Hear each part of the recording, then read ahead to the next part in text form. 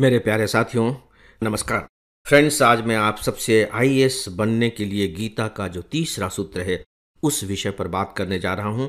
और यह तीसरा सूत्र अपने आप में बहुत महत्वपूर्ण है क्योंकि इसका संबंध सीधे सीधे गाइडेंस से है। आईएएस बनने के लिए गीता का तीसरा सूत्र। गीता कैसे शुरू हुई थी? आपको मालूम है, अर्जुन युद्ध करने आया था, युद्ध नहीं करने का निर्णय लेता है। इसके बाद कृष्ण अर्जुन को समझाते हैं और बाद में वह इसके लिए तैयार हो जाता है। कुल मिलाकर के यही तो कथा है। तो इसमें कृष्ण की भूमिका क्या है और आपकी भूमिका क्या है, थोड़ा सा आइडेंटिफाई कीजिए। क्या आपकी भूमिका आईएएस बनने के एक व्यक्ति की भूमिका नहीं है? एक ऐसा व्यक्ति जो आईएएस के कुरुक्षेत्र में है और युद्ध लड़ रहा है, आईएएस बनने का युद्ध। दूसरों को पराजित करके ही आप आईएएस बन सकेंगे। तो फिर कृष्ण क्या है? जब भी हम इतने बड़े काम का संकल्प लेते हैं, मन कमजोर पड़ता ही पड़ता है, सबका पड़ता है। और मान करके चलिए कि जिसने टॉप किया है ना, उसका भी मन कमजोर पड़ा होगा और एक दो बार नहीं, कई कई बार पड़ा होगा। तो फिर वो कैसे मजबूत बना? तो उसके पास भी कोई न कोई कृष्ण रहा होगा। जब हम कहते हैं कि कोई न कोई कृष्ण रहा होगा, तो हमारे दिमाग में कौन सी बात आती है? बहुत सी बातें आती हैं। उसे हम आज की भाषा में कहते हैं मेंटोर, गाइड, कोच। इन्हीं शब्दों का इस्तेमाल करते हैं। तो दोस्तों, यही है कुल मिलाकर गीता का सार। और गीता का जो अंतिम श्लोक है, आप जानते हैं जब आप परीक्षा में उत्तर लिखते हैं ना, तो आखिरी में निष्कर्ष लिखते हैं या कह देते हैं, कहने का अर्थ यह है कि, यानी कि अंत में आप उसका निचोड़ लिखते हैं।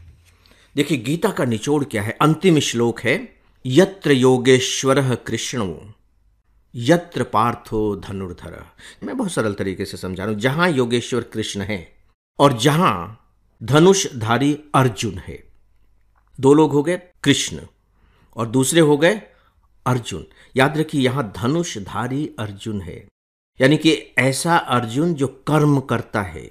यानी कि आप एक ऐसे व्यक्ति हैं जो आईएएस की तैयारी कर रहे हैं या करना चाह रहे हैं। अभी अभी आप युद्ध के मैदान में आए हैं, ठीक है? तो कृष्ण और अर्जुन, बात समझ में आ गई होगी। जहां ये दोनों हैं, दोनों के बीच सामंजस्य है, वहां क्या होता है? तत्र श्रीर विजयो भूतिर्ध्रुवा नीतिर्मतिर्मम। इसका मतलब क्या हुआ कि जहां ये दोनों हैं, जहां योगेश्वर कृष्ण है और जहां गांडीव धनुषधारी अर्जुन है, वहां निश्चित रूप से श्री यानी कि ऐश्वर्य, विजय यानी कि जीत, और आप यहां जीत हासिल करने जा रहे हैं, विभूति विलक्षण शक्ति, और निश्चित नीति या कह लीजिए अचल नीति है, ऐसा मेरा मत है। इसका मतलब क्या हुआ दोस्तों कि यदि आप केवल धनुषधारी अर्जुन हैं, तब भी बात नहीं बनेगी। और कृष्ण को भी कोई ना कोई अर्जुन चाहिए। युद्ध तो तभी जीता जा सकता है। दोस्तों, ये जो श्लोक है या कह लीजिए कि पूरी की पूरी जो गीता है, इस बात को स्थापित करती है कि हम सबके जीवन में जो गुरु होता है, चलिए अब हम भारतीय शब्द का इस्तेमाल कर लेते, गुरु होता है, उसका बहुत बड़ा रोल होता है। लेकिन बहुत जरूरी है कि वो गुरु कैसा हो? कृष्ण नहीं, योगेश्वरः कृष्ण। वह गुरु ऐसा हो जो योगी जैसा है। अब जब आप कृष्ण के बारे में सोचेंगे तो आपको पता लगेगा कि कृष्ण एकमात्र ऐसे व्यक्ति हैं इस धरती के, साहित्य के, परंपरा के, जो भी आप कहना चाहें, कि जो 16 विद्याओं में और 64 कलाओं में निपुण थे। ऐसा कोई भी नहीं हुआ। 16 विद्याएं और 64 कलाएं, इन सब का उनके पास अनुभव था। ये कृष्ण थे। अनुभव था और अच्छा खासा अनुभव था, क्योंकि कृष्ण जब अर्जुन को गाइड कर रहे हैं तो उनकी उम्र 89 ईयर्स की है, यानी कि वो बहुत ही अनुभवी व्यक्ति हैं। फ्रेंड्स, एक सूचना है कि हम आईएएस के लिए बहुत सारा उपयोगी कंटेंट अपने इंस्टाग्राम पर पोस्ट करते रहते हैं। इसके लिए आप हमारे इंस्टाग्राम को ज़रूर फॉलो करें। साथ ही हमारा एक टेलीग्राम चैनल भी है। इस पर हमारे आपको सारे कंटेंट के अपडेट देखने को मिलेंगे। इसे भी जरूर फॉलो करें। इन दोनों के लिंक नीचे डिस्क्रिप्शन में दिए गए हैं। तो दोस्तों, यहाँ पहली बात तो यह है कि जब भी हम कोई बड़ा काम करते हैं हमें गाइडेंस की ज़रूरत पड़ती है। लेकिन जो दूसरी बात किसी भी मायने में पहली बात से कम महत्वपूर्ण नहीं है, वो ये कि आपका गाइड कौन है। क्या वह वास्तव में अनुभवी है? क्या वह वास्तव में आपको सही तरीके से गाइड करने की क्षमता रखता है? और यदि उसके पास ये क्षमता नहीं होगी तो वो आपको सही तरीके से गाइड नहीं कर सकेगा, बावजूद इसके कि वो आपको गाइड कर रहा होगा। दोस्तों, आपको हर पग पर, हर चरण पर गाइडेंस की ज़रूरत होती है। और इसकी शुरुआत इसी बात से हो जाती है कि मुझे आईएएस बनना चाहिए या नहीं बनना चाहिए। वहाँ से शुरुआत हो जाती है। वह आपको देखता है, परखता है और फिर बताता है कि नहीं नहीं, तुम कर सकते हो, लग जाओ। वहाँ से शुरुआत हो जाती है। और फिर तो हर स्थान पर आपको ज़रूरत पड़ती रहती है, हर जगह ज़रूरत पड़ती रहती है। मैं ऑप्शनल सब्जेक्ट कौन सा लूँ, जनरल स्टडीज़ की तैयारी मैं किन किन किताबों से करूँ, यहाँ तक कि स्टूडेंट ये भी पूछते हैं कि मैं अखबार कौन सा पढ़ूँ। और जब पता लग गया कि ठीक है ये मटेरियल, ये सब अखबार पढ़ने हैं, तो जो सबसे बड़ी जो चुनौती होती है वो यह बताने की होती है कि मैं पढ़ूँ कैसे। अभी तक तो मैं पढ़ता रहा हूँ, क्या उससे बात बन जाएगी? नहीं, उससे बात नहीं बनेगी। आपको जो आपका मेंटोर है वो बताएगा कि तुम्हें ऐसे पढ़ाई करनी चाहिए, क्योंकि रास्ता तो यही है, इसी से चल करके आप अपनी मंजिल तक पहुंचेंगे। हर स्टेज पर, कदम कदम पर आपको सही मायने में गाइडेंस की ज़रूरत पड़ती है। फिर आप इंटरव्यू देने जाते हैं, इंटरव्यू के लिए आपको गाइडेंस चाहिए। मुझे लगता है कि अगर आप सच में आईएएस की तैयारी कर रहे होंगे तो इसकी ज़रूरत आपको महसूस होती होगी, क्योंकि मुझे लगता है कि 21, 22 और 23 साल का स्टूडेंट कितना मैच्योर है कि वो आईएएस के इस कुरुक्षेत्र में जीत हासिल कर सके। इसीलिए देखिए कि बार बार डिप्रेशन होता है, बार बार मन ऐसा ही करता रहता है कि यार ये सब छोड़ छाड़ करके अलग हो जाओ, बस बहुत हो गया, दुनिया में और कुछ कर लेंगे। ऐसा थोड़ी है कि करने के लिए बस यही सब कुछ है।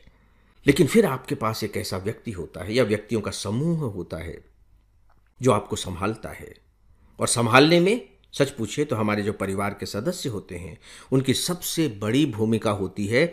इसीलिए उन्हें भी आप मेंटोर मान करके चलें। यहाँ मैं कह रहा हूँ कृष्णा, इसका मतलब ये नहीं कि केवल एक ही व्यक्ति होना चाहिए गाइड के रूप में, नॉट एट ऑल। अलग अलग कामों के लिए, अलग अलग रास्ते दिखाने के लिए अलग अलग गाइड हो सकते हैं। उसमें क्या दिक्कत है? हाँ, अलग अलग हैं, कोई प्रॉब्लम नहीं है। हमारे माता पिता हो सकते हैं, हमारे अपने वे अनुभवी लोग हो सकते हैं जिन्होंने कभी यह एग्ज़ाम दिया है, वो सफल हुए हों या नहीं हुए हों, कोई बात नहीं, कुछ तो बता ही सकते हैं। और याद रखिए कि उनका जो रोल है वो तो है ही, साथ ही साथ आपका भी कम बड़ा रोल नहीं है। आपका जो रोल है वो इस बात पर डिपेंड करता है कि आपने किसका चयन किया है, क्योंकि चयन करने वाले तो आप हैं। दुर्योधन भी तो कृष्ण का चयन कर सकता था, लेकिन नहीं किया। उसने किसका चयन किया? उसने शकुनी का चयन किया, उसने कर्ण का चयन किया। और ये दोनों दुर्योधन को गलत रास्ता दिखाते हैं, गलत एडवाइस देते हैं। और उसका नतीजा क्या निकलता है? याद रखिए कि दुर्योधन के पास 11 अक्षौणी सेना थी, जबकि पांडवों के पास केवल 7। कौरवों के पास सबसे ज्यादा महारथी थे, पांडवों के पास बहुत कम महारथी थे। इसके बावजूद कौरव पराजित हुए और पांडव जीते। क्या कभी आपने इस पर विचार किया है कि इन सब के होते हुए भी जो पांडवों की जीत हुई है उसके केंद्र में कौन है? जब आप इस पर विचार करेंगे, आप किसी से भी पूछ सकते हैं, तो आपको पता लगेगा कि इस जीत के केंद्र में थे कृष्ण। इसीलिए कृष्ण को पूरे के पूरे इस महाभारत युद्ध का नायक कहा जाता है, सेनापति कहा जाता है। तो कृष्ण क्या थे? कृष्ण ने हथियार नहीं उठाया, कुछ नहीं किया। हाँ, मेंटोर थे, वो सलाह देते थे, हमेशा सलाह देते थे। युद्ध के बाद रोज शाम को बैठक होती थी और उसमें आगे की रणनीति पर विचार किया जाता था। और कृष्ण जो कह देते थे उसे हर कोई स्वीकार करता था, क्योंकि कृष्ण पर उनका भरोसा था। यानी कि आपका भरोसा होना चाहिए अपने मेंटोर के ऊपर, तभी तो आप उनके दिखाए रास्ते पर चलने को तैयार हो सकेंगे। नहीं तो आपका मन कमजोर पड़ेगा, या कह लीजिए भ्रम में होगा, आप डाउट करने लगेंगे। बस बात खत्म हो गई, क्योंकि दुर्योधन हमेशा डाउट करता रहता है। हाँ, उसको तो अपने सेनापति भीष्म पितामह पर भी डाउट है, उसको अपने सेनापति द्रोणाचार्य पर भी डाउट है। ये सब है, मैं ग्रंथ की बात बता रहा हूँ, मैं अपने मन से नहीं कह रहा हूँ। अगर आपके मन में संदेह होगा तो फिर तो मेंटोर का कोई रोल ही नहीं रह जाता। तो दोस्तों, ये कुछ बातें थी जो मुझे गीता के माध्यम से आप सबसे करनी थी। मेरी बातों पर आप विचार कीजिएगा, गंभीरता से विचार कीजिएगा, और इसे केवल एक बार सुनकर मत छोड़ दीजिएगा। कई कई बार सुनिएगा, बल्कि बीच बीच में भी अगर आप सुनते रहेंगे तो आप देखेंगे कि आपके मन के मुरझाए हुए पौधे को पानी मिल जाएगा और वो तरोताज़ा हो जाएगा। तो दोस्तों, इस विषय पर आज बस इतना ही। अब इस डेली ऑडियो लेक्चर को यहीं समाप्त करता हूँ। नमस्कार।